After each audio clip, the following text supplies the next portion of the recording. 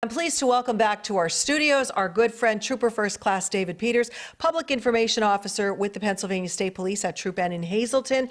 And you want to talk about distracted driving, and maybe not everybody's aware of what distracted driving entails, because there's several things. Absolutely. Distracted driving pretty much covers anything. I mean, it could be speeding, it could be changing lanes without paying attention, following too closely, texting and driving, looking down at your GPS because you're lost. We've all kind of been there.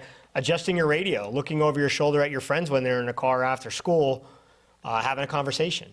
Anything that takes your eyes off the road could be constituted distracted driving, because it only takes a split second for someone to walk out in front of you or someone to pull out in front of you that you would not have the braking distance that you would need to avoid a crash.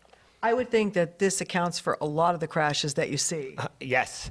I mean, again, as technology continues to improve, more people have cell phones in their cars, more people have mobile GPS systems to assist them, or they're using GPS on their phone. So it's that constant action of taking their eyes off the roadway and not realizing that speed limits and other things were designed for complete perfect days. You know, even driving at night can be a distraction because of the visibility aspect of things. So again, driving is a skill, and it needs to be reinforced over and over again, and keeping your hands in the proper position, keeping your eyes forward, all assist in cutting down on distracted driving as well as collisions. I guess the most common one we're familiar with is DUI, driving under the influence, sure. So that falls under that as well. But there are penalties no matter what type of distracted driving you are accused of. Sure, every moving violation in the Commonwealth can constitute a traffic violation.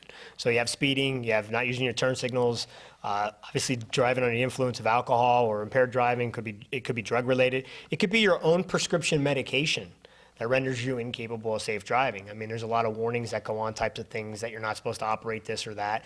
Your own restriction can be considered, you know, you can't drive at night, but people need to get somewhere, so they drive at night. So all those things being pulled over are looked at.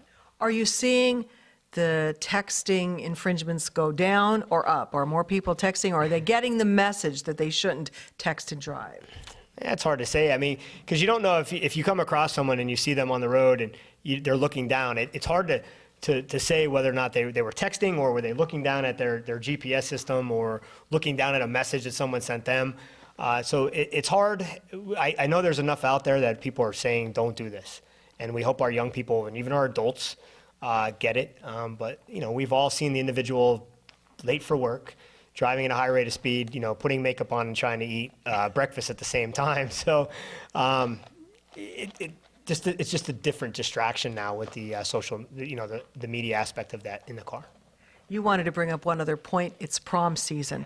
So we want everybody to get to and from prom safely, and God forbid there's a terrible crash. Absolutely. I mean, it's fast approaching prom season. Many different schools throughout our counties are starting their prom season.